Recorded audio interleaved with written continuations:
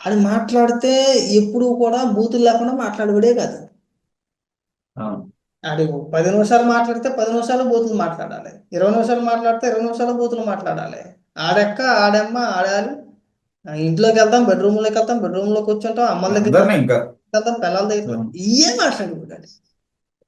చిన్న అవును. చిన్న పిల్లలను రోడ్డు మహిళల్ని. మీద చిన్న చిన్న పిల్లలను రోడ్డు మీద తీసుకొచ్చి మానవాంగాలు చేస్తాం, డామ్ డూమ్ డకారం. నా అంత పెద్ద మగోడు లేడు, నాకు రెండేసి ఉమ్. కాయలు నేను మాట్లాడేవాడు. ఇలాగే మాట్లాడేవాడు. ఆ, అవును, ఇవాళ ఏమని అక్కడే మాట్లాడు, మాట్లాడారు. ఇవాళ ఆడ ఏమని మాట్లాడుతున్నా, అంతా దేవుడి దయ, నన్ను దేవుడే కాపాడాలి, నన్ను జగన్మోహన్ రెడ్డే కాపాడాలి, నన్ను కూటమి ప్రభుత్వం ఏదేం చేస్తుంది, నేను అంబేద్కర్ గారు వారసుని అని చెప్పుకుంటున్నాడు. అది సిగ్గుండాలి ఆడికి కూడా, అంబేద్కర్ గారు వారసుని అని చెప్పుకున్నప్పుడు సిగ్గుండాలి ఆడికి. అంబేద్కర్ గారు ఎప్పుడు అట్లా చెప్పరు కదా, ఎట్లా పనులు చేయమని చెప్పరు ఆ కదా, సంగతి అన్ని పక్కన పెట్టాను. మహిళలు తిట్టమని చెప్పరు కదా కదా. ఇక నీకు చిన్న లాజిక్ చెప్తా, అంతా ఓకే. ఆ, రాష్ట్ర ప్రజలు మొత్తం, రాష్ట్రంలో మనిషి పుట్టపుట్టినోడు ఎవడైనా సరే బోరుగడ్డిగాడి మాటల్ని హర్షించరన్న. ఎవడు ఎవరు కూడా ఆశిస్తారు ఇప్పుడు? అందుకే కదా, ఇప్పుడు ఎవడు అందుకే కూడా అందరూ ఎవడు కూడా మెచ్చుకోరు. మెచ్చుకోవట్లేదు. ఇప్పుడు ఎవడు వైసీపీ మెచ్చుకుంటున్నారు? వైసీపీ ఎవడో మెచ్చుకోవట్లేదు. వైసీపీ నాయకులు ఎంత ఇదైనా సరే వాళ్ళే ఒప్పుకోలే, వాళ్ళే యాక్సెప్ట్ చేయలే, వాళ్ళు అందుకే పబ్లిక్ గా అసలు ఎక్కడా చెప్పట్లా. చెప్పరు. అలాంటిది ఒక ఇంటర్వ్యూలో అన్న, రీసెంట్గా బోరుగడ్డ అనిల్ కుమార్ యొక్క తల్లి గారు ఒక వీడియో అవును. రిలీజ్ చేశారు, గుర్తుందా? చూసే ఉంటాం. గుర్తుంది, గుర్తుంది. మా కొడుకు, నేను ఒక్కనే తల్లిని, నాకు ఒక్కడే కొడుకు, నాకు 5 కూతుర్లు, నన్ను ఈడే చూసుకోవాలి, మా కొడుకుని అవును. వదిలేయండి, క్షమాభిక్ష పెట్టండి అని చెప్పేసి మాట్లాడింది మహాతల్లి.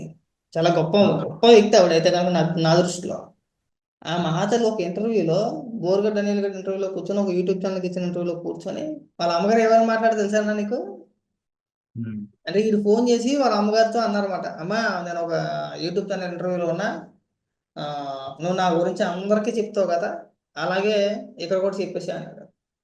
ఆ యాంకర్ తీసుకొని, అమ్మ మీ కొడుకు ఇలా మాట్లాడుతున్నాడు కదా, మీకు ఏం భయం అనిపించట్లేదంటే, ఇదే బోరుగడ్డ వాళ్ళ అమ్మగారు ఫోన్ తీసుకొని ఫోన్లో, నేను ఒక మగాడిని కన్నాను, ఈవిడే, ఉమ్. ఈవిడే, ఈవిడ మాత్రం మగాడిని కనేసింది ఈవిడి. నా కొడుకు ఏదైనా మాట్లాడేస్తాడు, నా కొడుకు ఏదైనా చేస్తాడు. ఇవాళ వణుకుపోతూ, నా కొడుకు ఒక్కడే ఉంటాడు. మరి ఎవరికైనా సరే కొడుకులు ఒకరో లేదా ఇద్దరు ఉంటారు, ఒక 10 మంది ఉంటారుగా. అంటే అన్న, ఇప్పుడు కనీసం మన ఇంట్లో మనం ఏదైనా ఒకటి రెండు చిన్న చిన్న తప్పులు చేస్తేనే మన తల్లిదండ్రులు మనల్ని మందలిస్తారు పిలిచి, నువ్వు అలా చేయకూడదు, అలా అంతే. మాట్లాడకూడదు అని చెప్పేసి అని మన తల్లిదండ్రులు మనం ఖచ్చితంగా మందలిస్తారన్న. అంటే ఎంతవరకు మాట్లాడో అంతవరకు మాట్లాడొచ్చు, కానీ మరీ ముఖ్యంగా దిగజారిపోయి మహిళల గురించి మాట్లాడితే ఏ తల్లిదండ్రులు కూడా ఒప్పుకోరు. అంతేగా. అలాంటిది వాళ్ళ అమ్మగారు, నా కొడుకు మగాడు, అందరూ మగోళ్ళే, ఇప్పుడు బూతులు తిడితేనే మగోళ్ళు అనుకుంటే కనుక అంతకన్నా భయంకరంగా బూతులు తిట్టుకోళ్ళు చాలా మంది ఉన్నారు, అందరూ మగోళ్ళేనా? అంతేగా. ఆ, ఇవాళ వేధించేస్తున్నారు, ఇవాళ కేసులు పెట్టేస్తున్నారు, అంటే కేసులు పెట్టకుండా ఎట్టుంటారన్నా?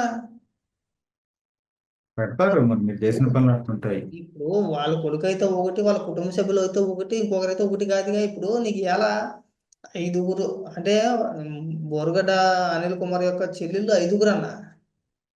అవును. వీడు మాట్లాడినట్టు అందరి కుటుంబంలో ఉన్న మహిళల గురించి వీడు మాట్లాడినట్టు, మిగిలిన వ్యక్తులు వీడి కుటుంబంలో ఉన్న మహిళల గురించి మాట్లాడితే వీడు నిప్ప కదా. అట్లా ఉంది. ఆ, ఎవరి దాకా వస్తే వాడు తెలుసు. అందరికీ అంతే కదన్నా, ఎవరిలో ఉన్న ఆడవాళ్ళన్నా ఒకటే. కాకపోతే ఏంటంటే దిగజారిపోయి మాట్లాడితే ఈ పరిస్థితి ఉంటది. పోసానికి ఇష్టం ఎంత సంపాదించాడు అనుకుంటున్నావు అన్న ఈ 5 ఏళ్లలో? అంతే కదా. కొన్ని కోట్ల రూపాయలు సంపాదించాడు, ఉమ్. కొన్ని కోట్లు అన్న. ఒక అంటే ఇంటర్వ్యూలో ఇప్పుడు ఇప్పుడు ఒక ఇంటర్వ్యూలో పోసానికి ఇష్టం వల్లి తన ఆస్తుల విలువ చెప్తూ ఒక 100 కోట్ల పైన ఉంటుంది అన్నాడు. 100 కోట్లు. 100 కోట్లు అన్న. నువ్వు చేసిన సినిమాలు ఏంటి? అన్ని చిన్న చిన్న సినిమాలేగా, రెమ్యునేషన్ పెద్దగా చేస్తారు ఒకటి. నీ రెమ్యూనేషన్ కోట్ల కోట్లు ఉంటుంది అంటే ఉండదు. నాకు తెలుసు కదా సినిమా ఫీల్డ్ అని. మరి ఆల్రెడీ అసిస్టెంట్ డైరెక్టర్ చేసావు కదా నువ్వు. అవును, అవును. ఎంత ఉంటుంది మహా అయితే? మహా పెద్ద టాప్ తెలుసు మోస్ట్ నాకు. టాప్ ఒక మోస్ట్ యాక్టర్ అయినా సరే రోజుకు ఒక 50 వేలు వేసుకో. అంతేగా. అంతేనా? ఒక సినిమా ఒక 1,00,000 రూపాయలు. ఇప్పుడు ఒక 1,00,000 రూపాయలు ఇస్తారు రోజుకి, నువ్వు యాక్టింగ్ ఎక్కువ చేసినా కూడా. ఎక్కువ అంటే 1,00,000. అవును. ఏదైనా ఒక సినిమా షెడ్యూల్కి నీ కాల్ షీట్లు కావాలంటే 30 రోజుల మించి అవసరం లేదు, ఎక్కువ 30 రోజులు అంటే మరీ అవసరం. ఎక్కువ. అది కూడా మళ్ళీ టైంకి రాడు, టైం టు ఒక అదే అరగంట ఇప్పుడు ఉందన్నా కూడా చేయడు. ఒక ఫుల్ సినిమాకి కమర్షియల్ మళ్ళీ.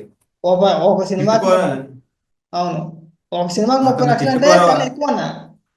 అవును, అతను అది తిట్టుకొని అది కొట్టేసి ఉన్నాడు అది అసలుకి. అది ఈ మధ్య కాలంలో. ఇప్పుడు 2010 లోపు అంత అంత రెమ్యునేషన్ లేవు, చాలా తక్కువ. లేవు, తక్కువ. మరి నీకు 100 కోట్ల రూపాయలు ఆ సెకండ్ వచ్చేసింది. ఇప్పుడు వస్తుంది అంతే. మై హోమ్ బొజ్జలో నీకు ఫ్లాటు, వాళ్ళని వంశీకి ఫ్లాటు, ఆ పొనవలు సుధాకర్ రెడ్డికి ఫ్లాటు, ఎక్కడి నుంచి వచ్చేసింది? అందరికి వాస్తు ఇనార్బిట్ బాగున్నట్టుంది. ఇనార్బిట్ మాకు ఆపోజిట్ ఉంటుంది, ఐడియా ఉందా నీకు?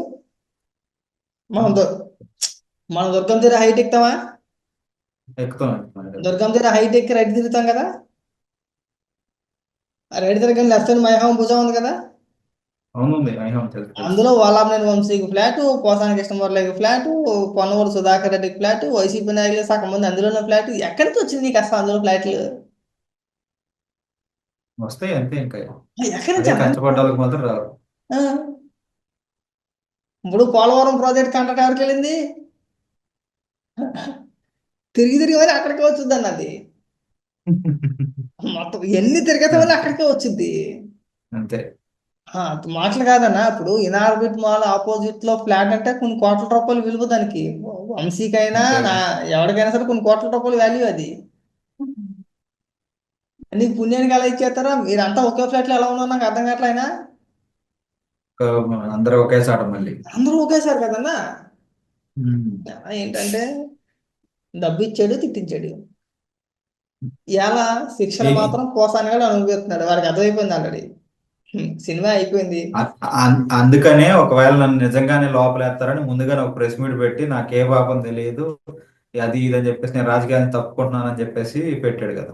అలా కుదురుతాను. ఇప్పుడు మనం అధికారంలో ఉన్నాం కదా అని చెప్పేసి జగన్మోహన్ అమ్మనా బూతులు తిట్టేసి ఓడిపోగానే ప్రెస్ మీట్ పెట్టు, వీడియో రిలీజ్ చేసి తప్పైపోయింది వదిలేయండి, నేను ఇంకేం మాట్లాడినట్టు వదిలేస్తారా మనల్ని? తెలివిగా ఎస్కేప్ అవుదాం అనుకున్నాడు. అవునుగా, అలాగా అలా ఎలా కుదురుతుంది? ఉమ్. అలా ఒప్పుకుంటాం అసలు? అలాగే ఎలా కుదురుతుంది అంటున్నా. అప్పుడు నన్ను అమనాభూతులు తిట్టేసి రేపు పొద్దున్న అధికారం కోల్పోయిన తర్వాత ఒక ప్రెస్ మీట్ పెట్టి నేను తప్పైపోయిందంటే అంతేగా. వదలరుగా. రేపు పొద్దున్న అధికారం అయితే మళ్ళీ మాట్లాడతావుగా నువ్వు. అంతేగా. ఇవాళ అధికారం కోల్పోని చెప్పేసి క్షమాపణ చెప్పి బాగానే ఉంది, రేపు పొద్దున్న అధికారంలోకి అయితే మళ్ళీ మాట్లాడతావు, మళ్ళీ మాట్లాడకుండా ఉండాలంటే ఏం చేయాలి? ఖచ్చితంగా నీ పని చర్యలు తీసుకోవాల్సిందే. ఈ తీసుకోవాలి, తప్పు చేశాడు కాబట్టి తీసుకోవాలి, అది తప్పదు, తర్వాత వద్దు, తప్పు. అక్కడ ఓడిపోయిన తర్వాత కూడా ఒక ప్రెస్ మీట్ పెట్టి బిఆర్ నాయుడు గారిని ఉద్దేశించి, అలాగే ఏవిఎన్ రాధాకృష్ణ గారిని ఉద్దేశించి, చంద్రబాబు నాయుడు గారిని ఉద్దేశించి, ఓడిపోయిన తర్వాత కూడా ఒక ప్రెస్ మీట్ పెట్టి బండ బూతులు తిట్టి గుర్తుందా మీకు? ఓడిపోయిన తర్వాత అహంకారం తగ్గలేదన్న, అహంకారం తగ్గల. ఎప్పుడు భయపడ్డాడు? తగ్గల. ఎప్పుడు ఈ భయపడ్డాడు? అరెస్టులు చేస్తున్నారు, రెడ్ బుక్ అది అని చెప్పేసి అని అన్నారని అప్పటి నుంచి స్టార్ట్ అయింది భయం ఇంకా.